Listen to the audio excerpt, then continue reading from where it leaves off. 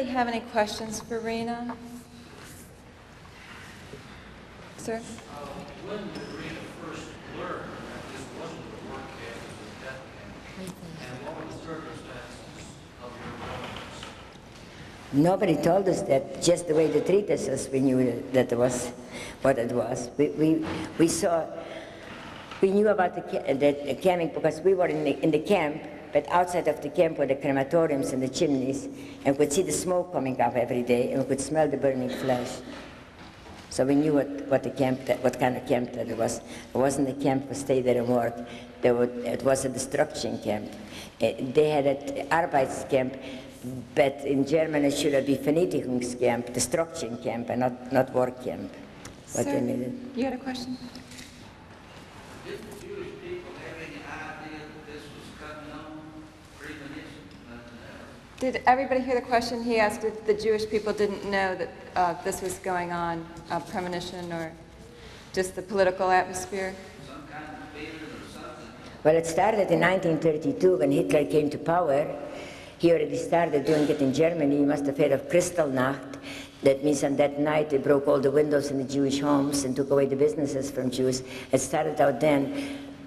But you know, if you're not witnessing something, it's hard to believe. And even if it was something, even if you knew, the ones who did were realistic enough to know. And by realistic, I mean that they were, if they had an opportunity. I come from a small farm and from a little town. We didn't have the money to get some papers and escape to somewhere or buy a plane, a private plane, and go somewhere. We didn't have it. But even the ones they had, even if it was only in Germany, and we lived close to our neighbors in Poland, if you were in a free world and you hear things like this, don't you think it's hard to believe? And you know something, you prefer not to believe. That's why the world was silent too. I'm sure a big part of the world knew that we were there, and they didn't come soon enough to save us. Could this happen here? Could it happen? Depending on how we're gonna treat our fellow human beings and how we're gonna act. If we're gonna allow it, yes. I'm sure it's good. If we're going to hate, it's going to happen. Right. And if we're going to love, it won't. It's not. Sir? An angel that covered me up when the times where they were terrible, that somebody was, I would have maybe been chosen for the dead, and I didn't. I don't know. The real true answer is, I don't know. What city are you from? What Pardon? city? In Poland? Mm-hmm. Town. Well, it's a little town, 5,000 people, so it's not very big on the map. It's a little dot. It's called Tillage, and it's in the Carpathian Mountains, on the border between Poland and Czechoslovakia. Sir, you had a question? Do you know how many people approximately were with you when you were liberated? And when you were liberated, did they help you get back home? Who they? When you were set free by the Allied forces. The reason I ask is, I too was on that death march from a camp nearby. And when we were liberated, I had been moved over to Munich, and I saw the people from Dachau being released, and they were all on their own trying to get home. I'm wondering if they helped you get home when you were liberated. Well, we were liberated by the Americans, and 3 days later the Russians came to the same place too.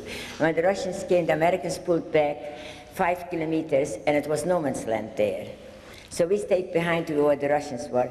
And remembering the stories, my mother used to tell me World War I, when the Russians were fighting with the Austrians and the Hungarians, that what was going on, I had a dream that I promised my sister I'm going to bring her home, and Mama's going to open the door.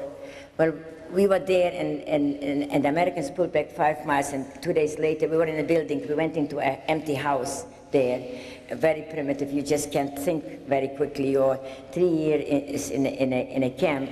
So we went in a building. It was an empty building. We went in, and the Russians brought us some food, and we decided we have to go away from here. We were going to go somewhere, and we came going down the road. It was downhill, and it was going to the right. It was going to Poland. And look for that house in Tillage, and for Mom saying, me saying to Mom, I brought you the baby back. And the first time in 3 years, I guess I didn't need it anymore to thrive on that dream.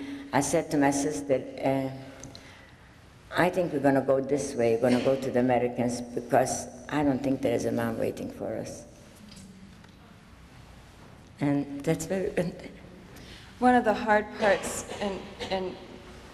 for all of the refugees, and a hard part in writing the book is ending it because it doesn't end.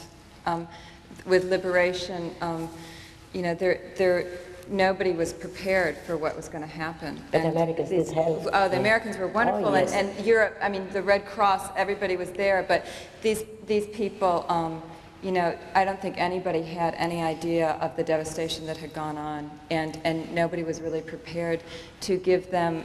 You know, she couldn't stay in a hospital for a month. You know, she ended up in Holland with no papers, and they almost deported her and her sister and another group of friends. Back to Germany. Back to Germany, and actually... We begged off a major and said, please, whatever you do to us, just kill us rather than just don't send us back to Germany. It was a Dutch major, and then he said, well, I've got Dutch people coming back from forced labor that the Germans took, and mostly Gentiles, because the Jews they killed by that time, and the Gentiles are coming back, and we have Red Cross teams here to receive them here, but what are we going to do with you? When we came to a Red Cross team, they didn't know what to do with us. We had no papers, we had nothing.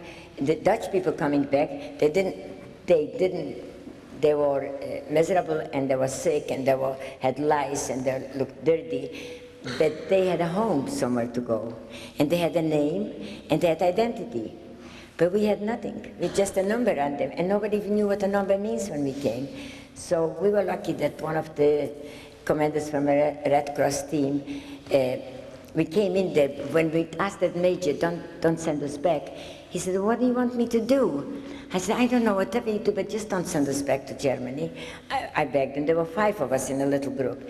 So he sent us to the Red Cross, and we arrived together with the Dutch people coming back from forced labor, and the commander decided, he gave us food and housing and clean clothes and everything, and fed us, but then the other people were going home. The Red Cross were there meant to take care of the people, feed them, and then find transportation, because bridges were broken, so either by boat or by a car or something, bringing them to their homes.